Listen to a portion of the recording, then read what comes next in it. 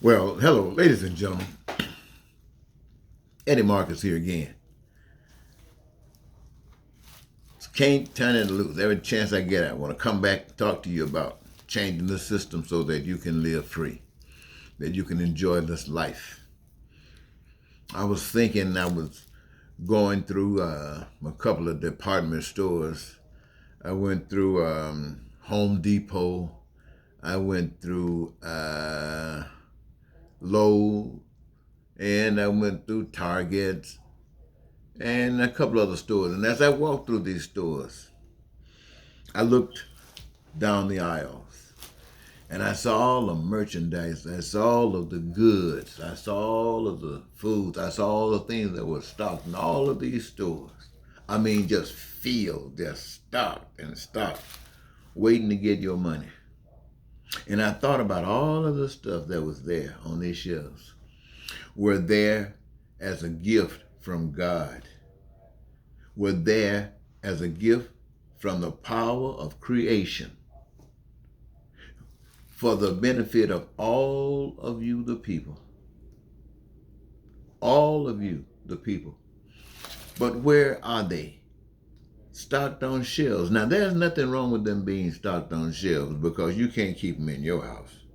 So, stocked on shelves and places like this is where it's supposed to be so that you can access it when you desire, need, or want it. Not because of money. Money has nothing to do with it. Money is a part of the con. Money is a part of the Ponzi scheme. Money is a part of the game. Money is a part of the deception. Money is part of the great lie. Money is behind the pain and suffering that we have to go through. And I was just thinking about those things could be in your house. You know, look at your house. You got all this old stuff, rotten stuff, depleted stuff. And you wish you could do new. You wish you could do better. And you can't. But what about this stuff? You can't do better because the system is done it to you. And you've allowed it to do it to you because you don't know better. The system knows better. But anyway, this is thoughts that I had on my mind. All of these things in your house, making your house look good, making your property look good, making your surroundings look good. It was just something that was fantastic. Then again, I was thinking about people who have medical procedures, and they get ready to go to see if they can get it done, and before it will they would set you up for an appointment. They check to see if they had any restrictions on you, and if they had restrictions, they wouldn't give you an appointment. Restrictions usually come from non-payment. And so they said, well, no payment, we got to you can't be seen. Now, can you imagine the United States of America? Somebody got a procedure, major cancer procedure, anything, but they are behind and they haven't paid, and this procedure from these professionals you can't get.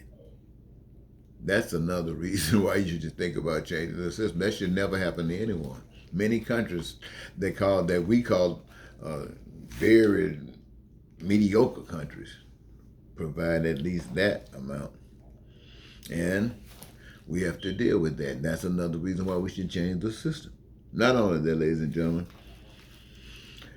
the mothers of black youth, black men are crying today because the cops are still killing them all over this country. The cops still can't turn it loose. Even if they come up with accidents, just got to kill a brother, just got to get him. And it hasn't stopped. No plans have been made that stop them, slow them, nothing. It's still happening. And ladies and gentlemen, if you really recognize that during the past 5 years, maybe longer, but at least for the past 5 years, the most evil stuff that could ever happen to a country manifests itself. Now, that doesn't mean that it hadn't happened here before, but over time it had happened, but it would have been squashed. It had been pushed under the table by the power of law, but it was still in the hearts because the stuff that created it never left. It kept existing.